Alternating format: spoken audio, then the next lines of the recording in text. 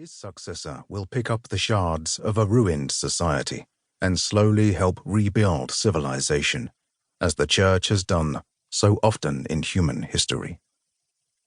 Cardinal Francis George. Preface.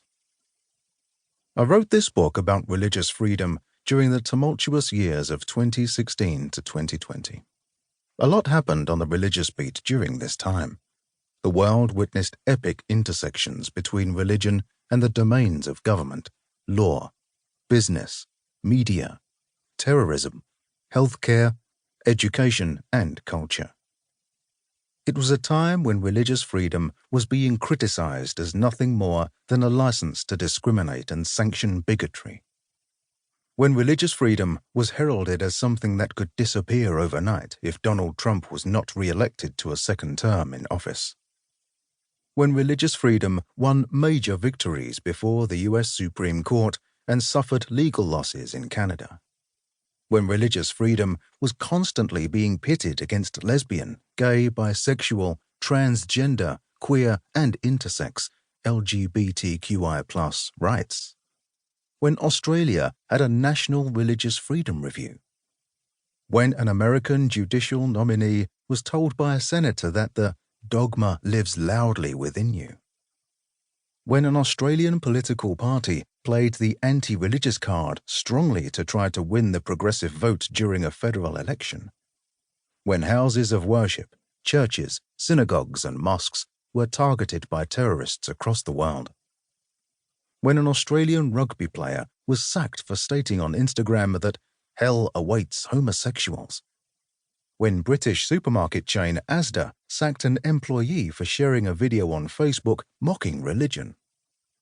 When the world was gradually becoming aware of the mass incarceration and genocide of Uyghur Muslims in China. When President Trump issued an executive order on advancing international religious freedom. When Catholic Cardinal George Pell was acquitted by the High Court of Australia of paedophilia charges. When complaints were made during the COVID crisis about casinos being allowed to reopen while houses of worship remained closed. When President Biden did much to prove the authenticity of his Catholic faith. In sum, I wrote this book when religious freedom was a bitterly contested issue that spilled over into ugly debates in the political, public, and online spheres. If anything, the last 4 years have convinced me that religious freedom is a burning issue that is ripe to be addressed. But it is also a complex and volatile topic of discussion.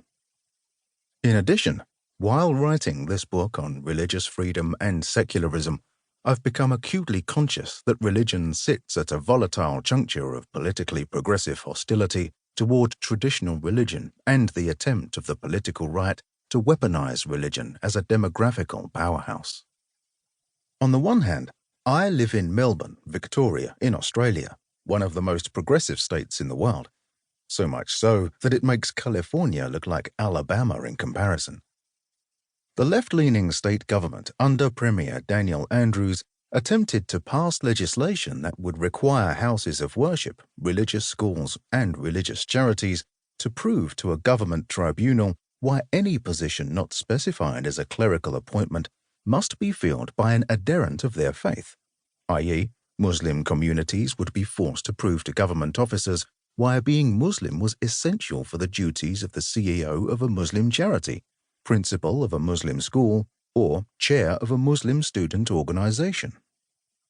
Victorian Parliament member Adam Bandt, leader of the Australian Greens, tweeted an anti-Semitic image that depicted a hooked-nosed Jewish banker. Bandt later deleted the tweet, but not before his acolytes defended it on the grounds that it was Marxist anti-Semitism, not Nazi anti-Semitism. Apparently, a change of adjectives can legitimize certain forms of anti-Semitism. Indicative of the increase in social hostility toward people of faith in Australia, the 2 times I have worn my priestly attire in downtown Melbourne, I have been either physically attacked or verbally abused. Further, some churches in Melbourne were even vandalized during an acrimonious national debate and plebiscite on same-sex marriage.